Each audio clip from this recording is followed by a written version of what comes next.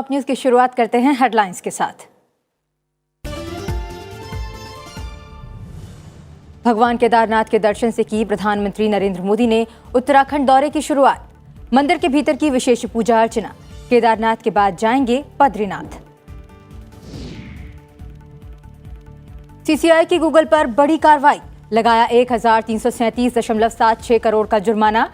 निर्धारित समय सीमा में कामकाज के तरीके को संशोधित करने का भी दिया निर्देश।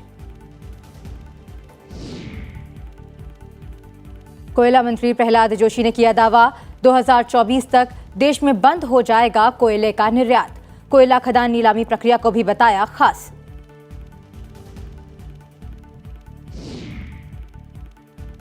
ट्रस के इस्तीफे के बाद ब्रिटेन के नए प्रधानमंत्री के लिए नामांकन प्रक्रिया शुरू। ऋषि सुनक के प्रधानमंत्री बनने की संभावना फिर हुई प्रबल।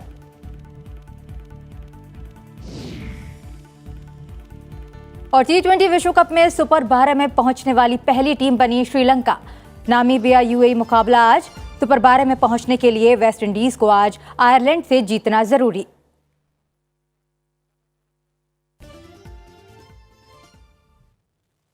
अब आपको सीधे लिए चलते हैं केदारनाथ धाम, जहां प्रधानमंत्री ने मंदिर के दर्शन और पूजन किया। फेज का काम पूरा हो गया है और प्रधानमंत्री नरेंद्र मोदी अद्भुत छटा का अवलोकन कर रहे हैं। बेहद विहंगम दृश्य है। अतुलनीय और अलौकिक, आध्यात्मिक, अकल्पनीय और अविश्वसनीय छटा है इस पूरे केदारनाथ धाम की, जो कि मेरु और सुमेर पर्वतों के बीच में केदार घाटी में बाबा का दिव्य धाम है। जो यहाँ पर स्थायी निर्माण कार्य किए गए हैं, जो यहाँ पर पुनर्निर्माण और पुनर्विस्तार का कार्य किया गया है, उसकी जानकारी दे रहे हैं उत्तराखंड के मुख्यमंत्री पुष्कर सिंह धामी और साथ ही साथ श्री बद्री केदारनाथ धाम से संबंधित अधिकारीगण, उत्तराखंड के राज्यपाल और उत्तराखंड के मुख्यमंत्री सब प्रधानमंत्री नरेंद्र मोदी के साथ हैं। और साथ ही साथ यहाँ पर बद्री केदारनाथ धाम के अनेक वरिष्ठ अधिकारी मौजूद हैं, जो कि बता रहे हैं कि किस तरीके से रूपांतरण और कायांतरण हुआ है इस पूरे धाम का। इस दिव्य धाम की अगर बात करें तो पहले चरण के परियोजनाओं का काम पूरा हो चुका है और पूरी परियोजना साल 2023 तक पूरा करने का लक्ष्य रखा गया है। आज भगवान शिव शंकर के महादेव के रुद्राभिषेक के बाद प्रधानमंत्री नरेंद्र मोदी कार्याभिषेक और कार्यांजलि भी प्रस्तुत करने जा रहे हैं। प्रधानमंत्री नरेंद्र मोदी एक अद्भुत उपहार देने जा रहे हैं श्रद्धालुओं को, अद्भुत उपहार देने जा रहे हैं साधकों को, जो कि यहां से गौरीकुंड से लेकर भगवान केदारनाथ के धाम तक के रोपवे निर्माण के लिए परियोजना की आधारशिला प्रधानमंत्री नरेंद्र मोदी के करकमलों द्वारा रखी जा रही है। अभी यहां वायुमार्ग से आया जा सकता है, घोड़ों और खच्चरों के जरिए आया जा सकता है, पैदल आया जा सकता है। ये दूरी तकरीबन गौरीकुंड से 16 किलोमीटर पड़ती है। लेकिन जिस परियोजना की शुरुआत प्रधानमंत्री नरेंद्र मोदी कर रहे हैं, ये महत्वाकांक्षी परियोजना गौरीकुंड से 9.7 किलोमीटर के एरियल डिस्टेंस के जरिए एक रोपवे का निर्माण किया जाएगा और जिसको अगले वर्षों, कुछ 5-6 वर्षों में परिपूर्ण कर लिया जाएगा, संपूर्ण कर लिया जाएगा। और अद्भुत होगा यह अनुभव भी। बाबा के धाम में श्रद्धालुओं और साधकों के आने पर ये बेहद ही यातायात को सुगम करेगा। प्रधानमंत्री नरेंद्र मोदी ने रोपवे, जो कि रोपवे गौरीकुंड से लेकर श्री केदारनाथ धाम तक का जो निर्माण किया जाएगा और जिसकी दूरी 9.7 किलोमीटर होगी, एरियल डिस्टेंस जो होगा, उसका उन्होंने आधारशिला रखी है। और अगले 6 वर्षों में ये पूरी की पूरी परियोजना निश्चित तौर से पूर्ण कर ली जाएगी।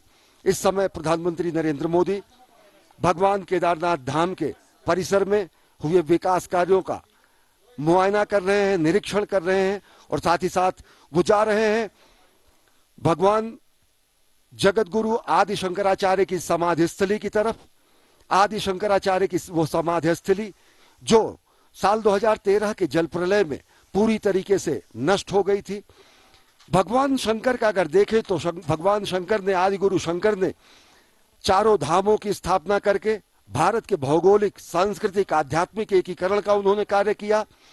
बद्रीनाथ केदारनाथ धामों में उत्तर भारत और दक्षिण भारत के ब्राह्मणों और पंडितों के संचालन की प्रक्रिया को शुरू करके उन्होंने उत्तर और दक्षिण के बीच की सांस्कृतिक सेतु के निर्माण का भी कार्य किया।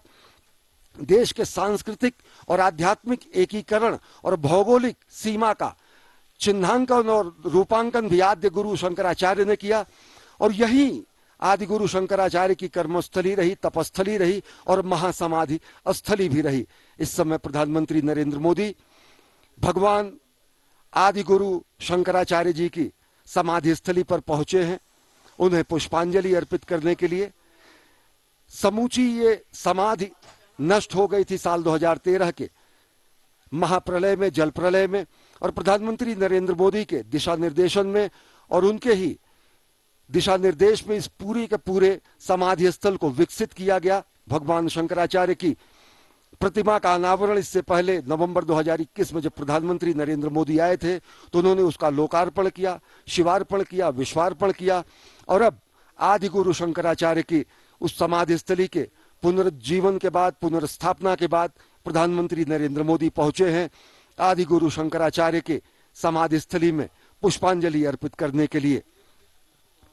निश्चित तौर से अगर देखें तो कालखंड का, सनातन संस्कृति का कालखंड उन पलों का, उन क्षणों का भी, उन वर्षों का भी, उन शताब्दियों का भी गवाह रहा जब हमारी संस्कृति ही यहां से, सनातन संस्कृति समाप्त होने के कगार पर थी। लेकिन भगवान शंकर, आदि गुरु शंकराचार्य की महान कृपा और उनके शंकर दिग्विजय के द्वारा पुनर्स्थापना की गई सनातन संस्कृति की और भारत भारतीय पूरे सनातन संस्कृति की पुनर्स्थापना का श्रेय आदि गुरु शंकराचार्य को जाता है, जिन्होंने शंकर दिग्विजय के जरिए चारों मठों की स्थापना करके न केवल भारत की आध्यात्मिक, सांस्कृतिक, भौगोलिक सीमा का चिन्हांकन किया, बल्कि भारत भूमि में रहने वाले भारत भारती के पुत्रों को उन्होंने सनातन संस्कृति के दिव्य अनुपालक के रूप में, उन्होंने सनातन संस्कृति के दिव्य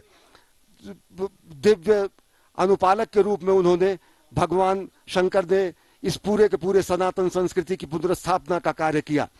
अगर 7वीं-8वीं शताब्दी में आदि गुरु शंकराचार्य ने सनातन संस्कृति की पुनर्स्थापना की, तो वहीं एक कर्मयोगी के रूप में आदि गुरु शंकराचार्य को पुष्पांजलि अर्पित करने पहुंचे हैं प्रधानमंत्री नरेंद्र मोदी, और पवित्र जल को अपनी आंखों से लगाकर वो अपने उस संकल्प को और ज्यादा मजबूत कर रहे हैं जो राष्ट्र निर्माण के और जगत गुरु भारत की संकल्पना को साकार करते हैं।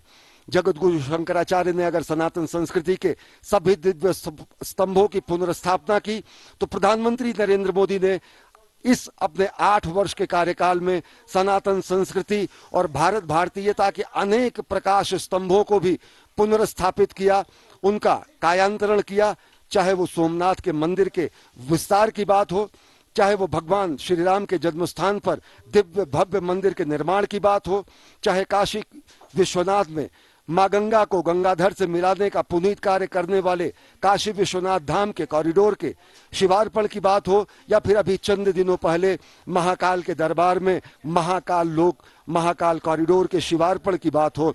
अनेक ऐसे अद्भुत, दिव्य, चिरस्थायी और काल के कपाल पर अमिट हस्ताक्षर के रूप में किए गए ऐसे कार्य हैं जो सनातन संस्कृति को पुनर्स्थापित करते हैं, पुनर्व्याख्यायित करते हैं, सनातन संस्कृति को, भारत भारतीयता को विश्व के सामने नए रूप में, नए भारत के अभ्युदय के रूप में प्रतिष्ठित करते हैं। और ये पूरा श्रेय प्रधानमंत्री नरेंद्र मोदी को जाता है कि अगर 7वीं-8वीं शताब्दी में ये कहना अतिशयोक्ति न होगी कि अगर 7वीं-8वीं शताब्दी में आदि गुरु शंकराचार्य ने सनातन संस्कृति के पुनर्स्थापना का कार्य किया शंकर दिग्विजय के जरिए, तो प्रधानमंत्री नरेंद्र मोदी सांस्कृतिक जय यात्रा के जरिए देश के समस्त भारत भारतीयता के प्रतीकों, सनातन संस्कृति के प्रतीकों को दिव्य आध्यात्मिक और दिव्य धार्मिक और दिव्य भारत भारतीयता के प्रकाश स्तंभ के रूप में विस्तारित कर रहे हैं, उनका निर्माण कर रहे हैं। आज पूरी दुनिया ये देख रही है कि किस तरीके से नए भारत का अभ्युदय हो रहा है। आज पूरी दुनिया देख रही है कि किस तरीके से संकल्प की सिद्धि हो रही है। आज पूरी दुनिया देख रही है कि वो भारत जो कि वसुधैव कुटुंबकम की बात करता है, वो भारत जो कि सर्वे भवन्तु सुखिनः सर्वे सन्तु निरामयः की बात करता है, वो भारत जो कि लोगों के कल्याण की बात करता है, वो भारत जो कि धर्म की जय हो, अधर्म का नाश हो, प्राणियों में सद्भावना हो, विश्व का कल्याण हो, ये कामना करता है। वो भारत किस तरीके से नए भारत के रूप में पूरी दुनिया के सामने उसका अभ्युदय हो रहा है। चाहे आत्मनिर्भर भारत की संकल्पना को साकार करने की निष्ठा हो या फिर जगत गुरु भारत को विश्व के पटल पर स्थापित करने की कामना, प्रधानमंत्री नरेंद्र मोदी प्राण प्रण से अपने सभी संकल्पों की सिद्धि में जुटे रहते हैं और इन्हीं संकल्पों को और दृढ़ता मिलती है जब प्रधानमंत्री नरेंद्र मोदी पहुंचते हैं ऐसे धाम में, जो दिव्य धाम जहां पर उन्होंने अपने पहले जीवन काल में जहां पर उन्होंने तप किया, तपस्या की, और साथ ही साथ अब राष्ट्र सेवक के रूप में, राष्ट्र निर्माण के रूप में प्रधानमंत्री नरेंद्र मोदी को अवसर मिला है, पुनीत अवसर मिला है राष्ट्र निर्माण का। तो एक राष्ट्र सेवक के रूप में, सनातन संस्कृति के ध्वजवाहक के रूप में, एक धर्मपरायण रूप में, कर्तव्य परायण रूप में, सनातन संस्कृति के संवाहक रूप में, एक महानायक के रूप में, और सबसे बड़ी बात एक स्वप्नद्रष्टा के रूप में, एक साधक के रूप में प्रधानमंत्री नरेंद्र मोदी आदि योगी के इस पवित्र धाम में पहुंचे हैं और देख रहे हैं कि किस तरीके से 2013 की विभीषिका के बाद इस पवित्र धाम का रूपांतरण हुआ है, कायांतरण हुआ है, पुनर्निर्माण हुआ है, पुनर्विस्तार हुआ है।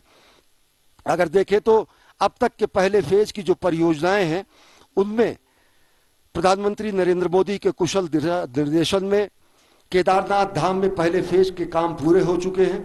चाहे वो तीर्थ पुरोहितों के आवास के निर्माण की बात हो, यहाँ पर उसको मूर्त रूप दिया जा चुका है। आस्था पथ का निर्माण और इस दिव्य धाम के चारों तरफ सुरक्षा के अभेद्य दीवार का निर्माण, केदारनाथ मंदिर से पैदल मार्ग और चबूतरे का निर्माण, केदारनाथ मंदिर परिसर के चौड़ीकरण का कार्य, केदारनाथ से गरुड़ चट्टी तक पैदल मार्ग का निर्माण, सरस्वती नदी पर पुल बनकर तैयार किया जा चुका है। आप देख सकते हैं कि ये जो पूरा का पूरा आप अभेद्य दीवार सरीखा ये निर्माण देख रहे हैं, ये प्रधानमंत्री। तो चंद्रशेखर कह सकते हैं आदि तू, अनंत तू, शून्य में कार्यपालक तू, जिस हिसाब से केदारनाथ मंदिर में दर्शन और मंदिर परिसर में विकास कार्यों का जायजा लेने के बाद प्रधानमंत्री ने आदिगुरु शंकराचार्य के समाधि स्थल पर आदिगुरु के दर्शन किए।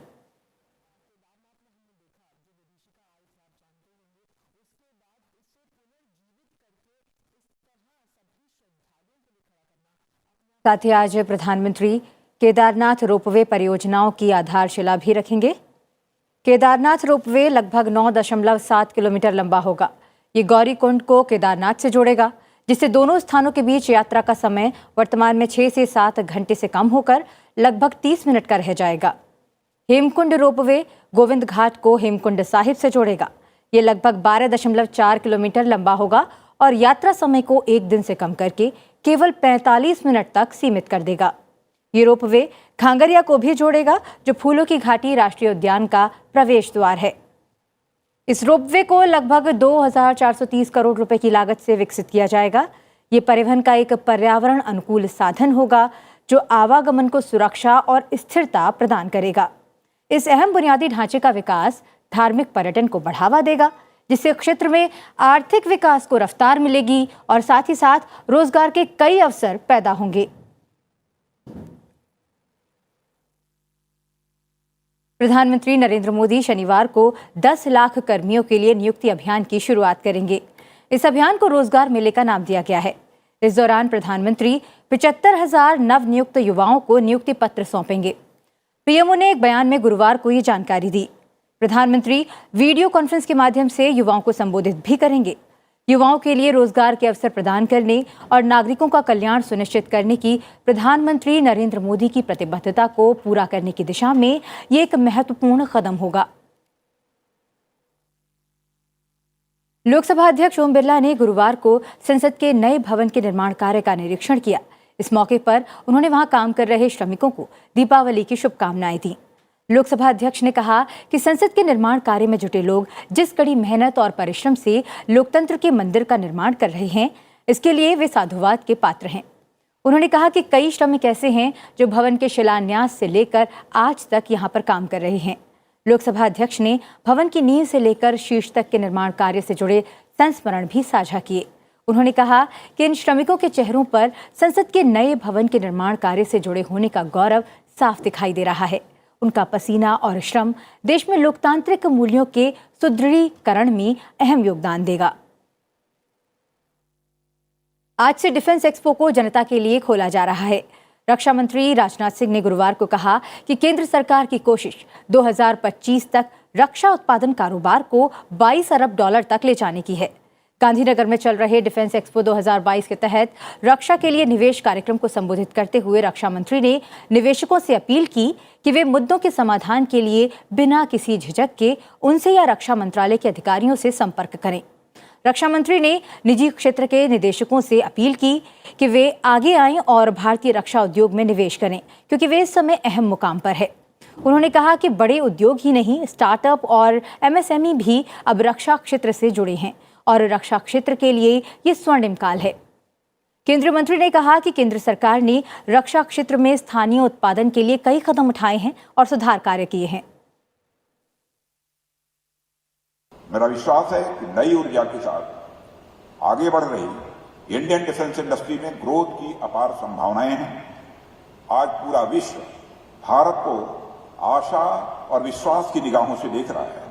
भारत आज दुनिया की जरूरतों को पूरा करने की दृष्टि से आगे बढ़ रहा है। निश्चित ही डिफेंस सेक्टर भी हमारा उसका अपवाद नहीं है, बल्कि मैं कहूंगा डिफेंस सेक्टर उसमें एक इंपॉर्टेंट रोल प्ले कर रहा है। टॉप न्यूज में अब नजर डालते हैं टॉप 10 खबरों पर। उपराष्ट्रपति जगदीप धनखड़ आज मंगोलिया के रक्षा मंत्री लेफ्टिनेंट जनरल जी सेखानबयार से मुलाकात करेंगे। केंद्रीय गृह मंत्री अमित शाह आज 90वीं इंटरपोल महासभा के समापन सत्र को संबोधित करेंगे।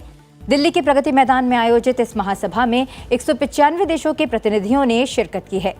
भारत में 25 साल बाद इंटरपोल महासभा की बैठक का आयोजन हुआ है। अयोध्या में 3 दिवसीय अयोध्या दीपोत्सव समारोह आज से शुरू हो रहा है। दीपावली से एक दिन पहले प्रधानमंत्री नरेंद्र मोदी भव्य दीपोत्सव समारोह में शामिल होने के लिए अयोध्या जाएंगे। राजस्थान में विधानसभा चुनाव की तैयारियों को लेकर भारतीय जनता पार्टी के राष्ट्रीय अध्यक्ष जेपी नड्डा नई दिल्ली में राजस्थान के पार्टी के शीर्ष नेताओं के साथ बैठक करेंगे। त्रिपुरा में अगले साल होने वाले विधानसभा चुनाव को लेकर मार्क्सवादी कम्युनिस्ट पार्टी अपना अभियान तेज करेगी। माकपा महासचिव सीताराम येचुरी आज अगरतला के अस्तबल मैदान में एक विशाल रैली को संबोधित करेंगे। यूपी में पहली बार क्षेत्रीय रोजगार कार्यालय प्रयागराज द्वारा अल्पसंख्यक युवाओं के लिए रोजगार मेले का आयोजन किया जाएगा। मेले का आयोजन प्रयागराज के स्टैनली रोड स्थित महबूब अली इंटर कॉलेज में होगा। केंद्र सरकार ने दिल्ली नगर निगम के वार्डों के परिसीमन पर मुहर लगा दी है। केंद्रीय गृह मंत्रालय ने परिसीमन के मसौदे पर हस्ताक्षर करके फाइल दिल्ली राज्य चुनाव आयोग के पास भेज दी है। परिसीमन के बाद अब दिल्ली में एमसीडी वार्डों की संख्या 272 से घटकर अब 250 कर दी गई है। दिल्ली राज्य चुनाव आयोग ने कहा कि इस साल 1 जनवरी तक संशोधित मतदाता सूची में जिन लोगों के नाम का उल्लेख है उन्हें आगामी नगरपालिका चुनावों में मतदाता माना जाएगा। केंद्रीय मंत्री अनुराग ठाकुर ने खेलो इंडिया यूथ गेम्स 2022 कार्यक्रम की घोषणा की है। इस बार 5वां खेलो इंडिया यूथ गेम्स 2022 का आयोजन मध्य प्रदेश में होगा। कश्मीर के ऊंचाई वाले इलाकों में बर्फबारी और मैदानी इलाकों में बारिश के कारण घाटी में निर्धारित समय से पहले ही सर्दी का मौसम शुरू हो गया है। गुलमर्ग, सोनमर्ग, गुरेज और करनाह समेत कश्मीर के कई इलाकों में भारी बर्फबारी हुई है। गुलमर्ग में 2 इंच से अधिक बर्फ की मोटी चादर बिछ गई है। बर्फबारी की वजह से तापमान में कई डिग्री की गिरावट आई है। मौसम विभाग के मुताबिक बंगाल की खाड़ी के ऊपर बन रहा संभावित चक्रवात 25 अक्टूबर को ओडिशा के तट को छोड़कर पश्चिम बंगाल, बांग्लादेश के तट से टकरा सकता है। बंगाल की खाड़ी में कम दबाव वाला क्षेत्र बन रहा है और अगले 4 दिन में इसके तीव्र होकर चक्रवाती तूफान में तब्दील होने की आशंका है। 23 अक्टूबर से ओडिशा के तटीय इलाकों में मूसलाधार बारिश हो सकती है। टॉप 10 के बाद अब नजर अंतर्राष्ट्रीय खबरों पर।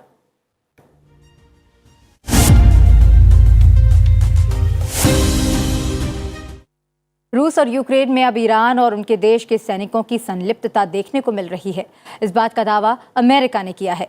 अमेरिका के व्हाइट हाउस ने बयान जारी करते हुए कहा है कि अमेरिका के पास इस बात के सबूत हैं कि ईरानी सैनिक क्रीमिया में रूसी सैनिकों की ड्रोन हमलों में मदद कर रहे हैं, साथ ही यूक्रेनी नागरिकों और बुनियादी ढांचों पर हमले कर रहे हैं।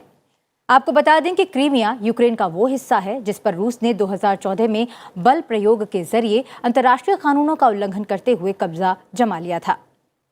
वहीं we assess that Iranian military personnel were on the ground in Crimea and assisted Russia in these operations. Russia has received dozens of these UAVs so far and will likely continue to receive additional shipments in the future. वहीं रूसी और यूक्रेनी सैनिक दक्षिणी औद्योगिक बंदरगाह शहर Kherson पर एक बड़ी लड़ाई के लिए कमर कसते दिखाई दिए। इसके संकेत इस बात से भी मिले कि इससे पहले मॉस्को की तरफ से यूक्रेन के कई इलाकों पर मिसाइल और ड्रोन से हमले किए गए। आपको बता दें कि खेरसोन उन इलाकों में शामिल है जिस पर रूस का अवैध रूप से कब्जा है और वो मार्शल लॉ के अधीन है। लिज ट्रस के जरिए प्रधानमंत्री पद से इस्तीफा देने के बाद कंजर्वेटिव पार्टी के सदस्यों के लिए नामांकन आधिकारिक तौर पर खोला गया। गुरुवार शाम को 100 सांसदों को शॉर्टलिस्ट किया गया है। चुनावों के प्रभारी 1922 बैक बेंच कमेटी के अध्यक्ष ग्राहम ब्रैडी ने कहा कि संभावित उम्मीदवारों से अंतिम 2 प्रतियोगियों को शॉर्टलिस्ट किए जाने के लिए सोमवार को स्थानीय समय के अनुसार दोपहर 2 बजे तक अपना नामांकन दाखिल करने की उम्मीद है। उन्होंने कहा कि जब तक किसी एक उम्मीदवार के बारे में संसदीय सहमति नहीं बन जाती, तब तक अंतिम 2 को 28 अक्टूबर तक पार्टी की सदस्यता समाप्त होने से पहले एक त्वरित ऑनलाइन मतदान प्रक्रिया के लिए रखा जाएगा। If there are 2 candidates, we will ensure that every member has the opportunity to vote. If there is only 1 candidate, there will be no confirmatory vote of Conservative Party members. अंतर्राष्ट्रीय खबरों के बाद अब एक नजर डालते हैं आर्थिक जगत की बड़ी खबरों पर।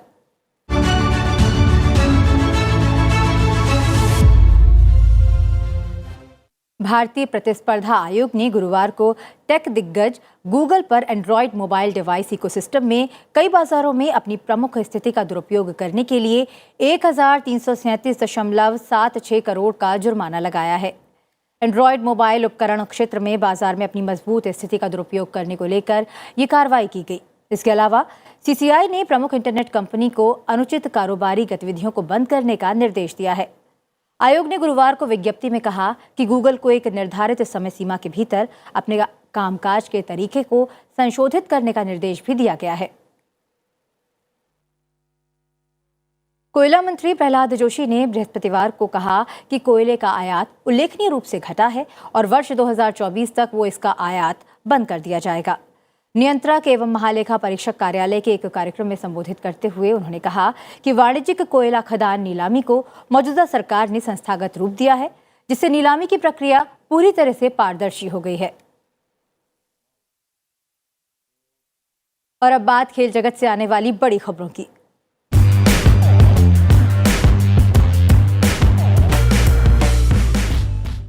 ऑस्ट्रेलिया में खेले जा रहे T20 विश्व कप क्वालिफाइंग मुकाबलों के दौरान आज वेस्ट इंडीज के लिए करो या मरो का दिन है। वेस्ट इंडीज का मुकाबला आयरलैंड से हॉबर्ट में खेला जाना है। दोनों टीमों के बीच ये मुकाबला भारतीय समय के अनुसार शुरू हो चुका है।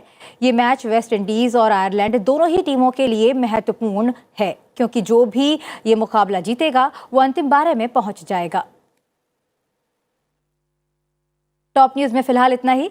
चलते चलते आपको छोड़ जाते हैं आज के दिन यानी 21 अक्टूबर के इतिहास के साथ। आप देखते रहिए सनसेट टीवी। नमस्कार। 21 अक्टूबर साल 1943 को सुभाष चंद्र बोस ने सिंगापुर में आजाद हिंद सरकार की स्थापना की। नेताजी द्वारा सिंगापुर की कैथी सिनेमा हॉल से आजाद हिंद सरकार की स्थापना की घोषणा हुई। सुभाष चंद्र बोस ने आजाद हिंद फौज के सर्वोच्च सेनापति की हैसियत से इस सरकार का गठन किया। आजाद हिंद फौज के सिपाही सुभाष चंद्र बोस को नेताजी कहते थे। बोस ने अपने अनुयायियों को जय हिंद का नारा दिया।